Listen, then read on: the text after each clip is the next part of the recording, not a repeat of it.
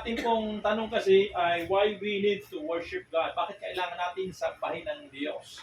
Yan. Kaya muli, doon sa ating po sinabi kanina, kailangan natin sambahin ng Diyos sapagkat ang Diyos ay naghahanap ng tunay na mananamba. Yung sasamba sa Kanya sa Espiritu at saka sa katotohanan. Okay po.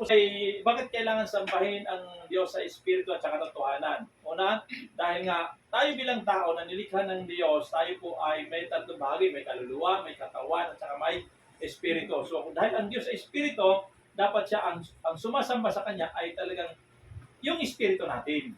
Diba? Yun talagang gustong makita sa atin ng Diyos, yung Espiritu natin talagang sumasamba sa Kanya. Kasi hindi po pwede makipag-communicate sa Diyos yung ating physical, kasi ang Diyos na Espiritu, kaya lang makipag-communicate sa Kanya ay yung ating Espiritu mismo. Kaya napaka-importante na tayo po ay sumasamba sa Diyos sa Espiritu. So, hindi naman din sinasantabi yung ating katawan at saka yung ating pong kaluluwa na sumasamba. Ang definition kasi ng tao ay ganito yan.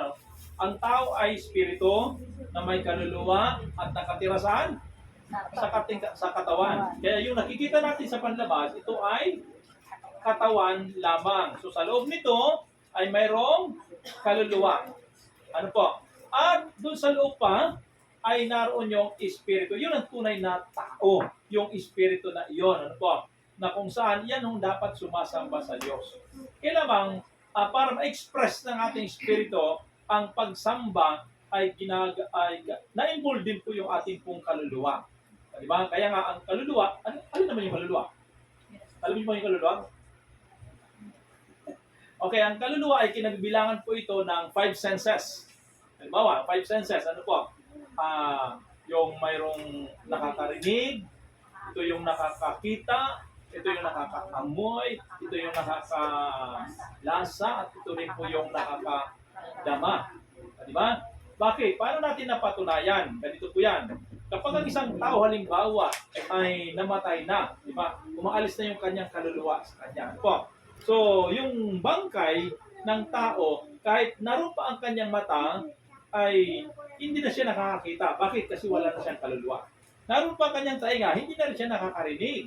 Kahit kurut-kurutin mo pa yan, hindi na rin siya makakadama kasi wala na nga yung kanyang kaluluwa. So, ibig sabihin, yung nakakakita, nakakarinig, nakakadama, ay walang iba kundi yung kaluluwa po yon. Itong tainga na to, yung mata na ito, yung ilong na ito, bibig na ito, yung katawan na ito, instrumento lamang ito ng ating pong kaluluwa.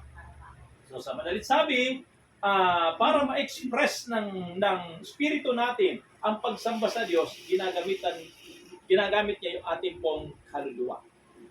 Okay? Kaya, yun dahil bakit kailangan natin sumigaw ng papuri, sumamba sa Diyos. Yun ang dahilan kung bakit minsan naiiyak po tayo.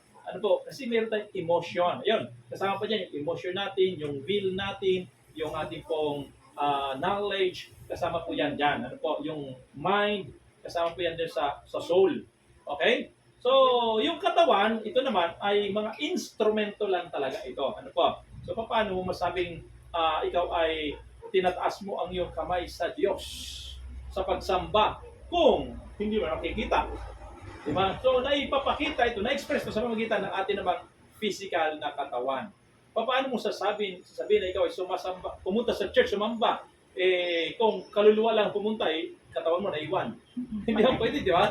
Kaya, para maipakita talaga na totoo na ikaw ay sumasamba sa Diyos mo, punta ka sa church, yun, katawan mo magdadala ng kaluluwa mo at saka ng espiritu mo, papunta ko sa church. Kaya, lahat yun ay involved sa pagsamba.